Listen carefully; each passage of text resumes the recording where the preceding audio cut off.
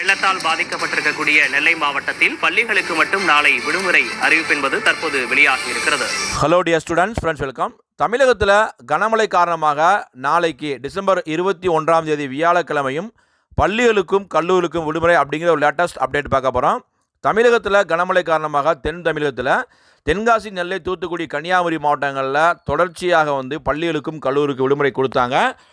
இன்னும் பல இடங்களில் நெல்லை, தூத்துக்குடி மாவட்டங்களில் நீர் வடியாதாலும் நிவாரணப் பணிகள் தொடர்ந்து நடைபெற்று வருவதாலும் நாளை பார்த்திங்கன்னா தூத்துக்குடி மாவட்டத்தில் பள்ளிகளுக்கும் கல்லூரிக்கும் விடுமுறை அளித்து அதற்கான உத்தரவை மாவட்ட ஆட்சியர் கொடுத்துட்டாங்க.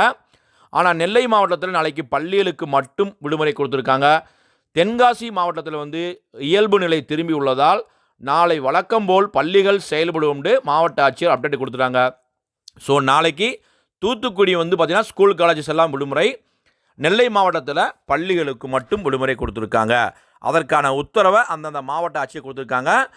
இந்த விடுபட்ட அரையாண்டு தேர்வுகள் அனைத்துமே வரக்கூடிய ஜனவரி 2024 ஸ்கூல் ரீஓப்பனிங் ஆன முதல் வாரத்திலிருந்து புதிய தேர்வு கால அட்டவணை வெளியிடப்பட்டு எந்தெந்த டிஸ்ட்ரிக்ட்லாம் எக்ஸாம் கேன்சல் ஆகிருக்கோ அங்கெல்லாம் தேர்வுகள் நடத்தப்படும்.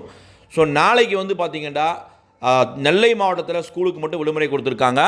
தூத்துக்குடி மாவட்டத்தில் ஸ்கூல் காலேஜஸ் எல்லாம் விடுமுறை கொடுத்துருக்காங்க. இந்த அப்டேட் பிடிச்சா லைக் பண்ணுங்கள், மறக்காம நம்ம சேனலை சப்ஸ்கிரைப் பண்ணிக்கோங்க. All the best, thank you.